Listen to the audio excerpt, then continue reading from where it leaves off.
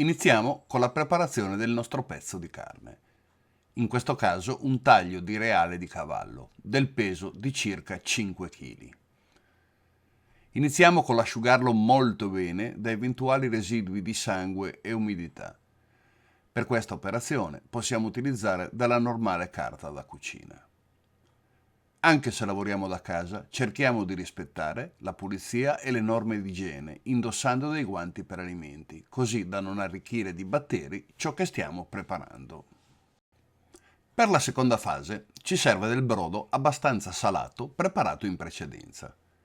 Con l'aiuto di un'apposita siringa procederemo con il prelevare il brodo dal contenitore per iniettarlo in più punti nel nostro pezzo di carne. Mi raccomando, non lesinare con il brodo. Per siringare in modo perfetto, inserire completamente l'ago e mentre si inietta farlo uscire progressivamente. L'inclinazione dovrebbe essere tra i 45 e i 60 gradi. Durante questa fase è normale vedere gonfiarsi la carne, d'altronde gli stiamo iniettando dei liquidi.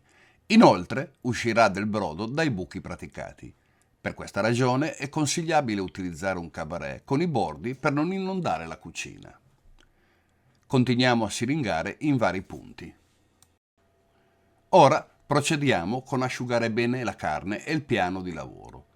Prestiamo attenzione a non schiacciare troppo la carne, bisogna ricordarsi che è piena di brodo e di buchi, perciò se la schiacciassimo troppo il brodo uscirà tutto sul cabaret. Con l'iniezione del brodo otterremo un miglior sapore finale e una più lenta cottura interna dovuta a tutti i liquidi aggiunti. Così come per il brisket di manzo, anche per quello di cavallo non andrò ad utilizzare alcun rub, ma come per la ricetta originale texana utilizzerò esclusivamente del sale e del pepe. Per il pepe personalmente adoro la qualità Tillicheri, che ha un profumo e un sapore estremamente ricercato. Per quanto riguarda il sale, utilizzo dei cristalli di sale Maldon. Spruzzare in modo abbondante sia il sale che il pepe e strofinare la carne, prestando attenzione a non schiacciarla troppo, sempre per non far uscire il brodo dai buchi.